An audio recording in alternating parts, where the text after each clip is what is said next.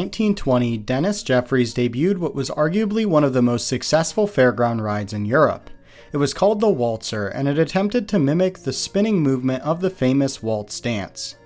The concept for the ride was so good, it was developed again on the other side of the world and opened as the Tilt-A-Whirl. Both the Waltzer and the Tilt-A-Whirl still operate around the world today at both traveling fairgrounds and permanent amusement parks. The development of the modern Waltzer took multiple decades and had no singular creator. The earliest concepts emerged in 1881 when Charles Bruel and Percival Everett designed and registered the first concept that would now be traced to the Waltzer.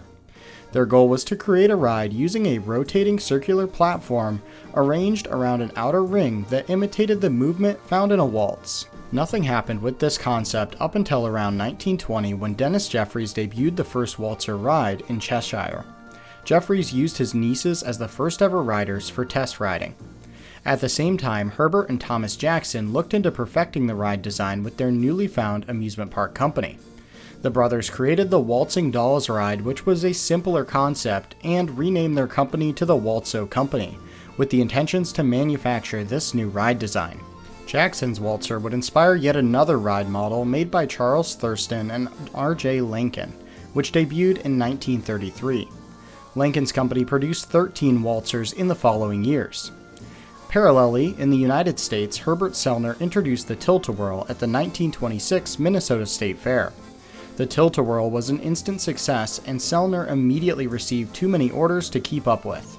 Back in Europe, George Maxwell saw the success of the Tilt-A-Whirl and imported a German fairground ride called Noah's Ark, which helped inspire his design for a waltzer in 1930. A Noah's Ark ride is essentially a waltzer that does not allow the cars itself to spin. The cars rock up and down but remain in place as the ride operates.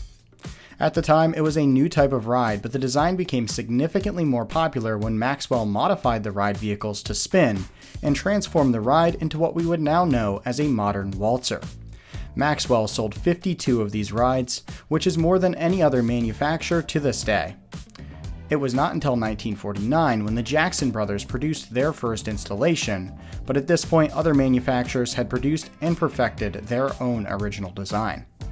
A waltzer features a similar ride experience to a Tilt-A-Whirl. The ride features multiple cars that rotate around a central point. As they revolve, the ride's own surface moves up and down, which causes the cars to spin on their own axis. On older models, each car sits on a circular track that supports the extra weight of the riders. Newer models feature a centralized pivot point and do not have a circular track. They feature a larger support that the cars themselves spin on, and the riders are essentially floating. Modern waltzers also feature a more complex braking system that stops all of the cars in place when there are potential issues with the ride and it's stopped. Early designs featured brakes on each individual car that unlocked the wheels when the lap bar was pulled down. During the ride, it's common practice for ride operators to stand in the ride area and spin the cars faster to provide a more intense experience. This is a Waltzer exclusive, and there are no known examples of this happening on any Tilt-A-Whirls. While most of the early waltzers featured 10 cars, most modern designs feature 9. However, 11-car waltzers have also been produced.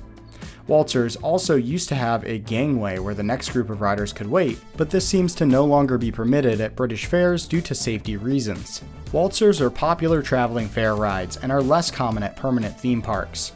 Despite their long history, quite a few waltzers still operate today. A majority of them can be found traveling around the United Kingdom to different fairs. Alton Towers even operated a Fair Trade Services waltzer for the 2021 season that was loaned to them by the showman. After COVID, many showmen struggled to rent out their rides, which led to Alton Towers featuring 3 fairground rides for the 2021 season. One of the most notable installations of a waltzer is at Blackpool Central Pier. In 2020, the original Maxwell version of this ride caught fire after operating at the park for over 20 years. Later that year, it was replaced by a different Maxwell waltzer called Spin-A-Disc that still operates today. Interestingly enough, another waltzer operates at South Pier under the name Hellraiser just 1 mile away. We discussed how the waltzer and the Tilt-A-Whirl were similar, but how much were they truly related? 6 years after the first riders took a spin on a ride that we can now trace to being called a waltzer, the Tilt-A-Whirl opened in the US. Despite their near-identical ride experience, the two rides were thought up and developed completely independently. The concept was simply so good that it was invented twice on different sides of the world. Both the Tilt-A-Whirl and the Waltzer have existed on different continents for the last 100 years and feature design choices that reflect one another. For example, the modern Tilt-A-Whirl car offered by Larson is very similar to those that are currently found on Waltzers. While they are similar, these rides are not identical. The Waltzer is generally seen as more of an experience than a ride, with more effects such as music and flashing lights. Traditionally, the ride operators on the Waltzer will spin the cars to enhance the ride experience. Whereas on the Tilt-A-Whirl, it's seen as more of a standalone ride and usually features slightly steeper hills than on a Waltzer. KMG got in on the action by producing the Fun Factory, a modern take on the classic Waltzer. Fun Factories mimic the free-spinning nature found on the Waltzer, but it uses a different method to rotate each car. Instead of featuring cars that revolve around a circular platform that rotates back and forth, Fun Factories are mounted to a rotational arm that rocks each car up and down. These arms rotate with the ride in a circular motion and spin the cars rapidly. Unfortunately, the Fun Factory never saw the success of the Waltzer, and only 3 operate today. In May of 2025, a viral video surfaced showing a Waltzer with 3 riders spinning wildly before flying off the ride. The Waltzer was operating at a fun fair in Edinburgh and was shut down immediately following the accident. No one was seriously injured, and as of when this video was recorded, the incident is still under investigation. As of 2025, over 100 Waltzers have been produced, and many of them still operate today.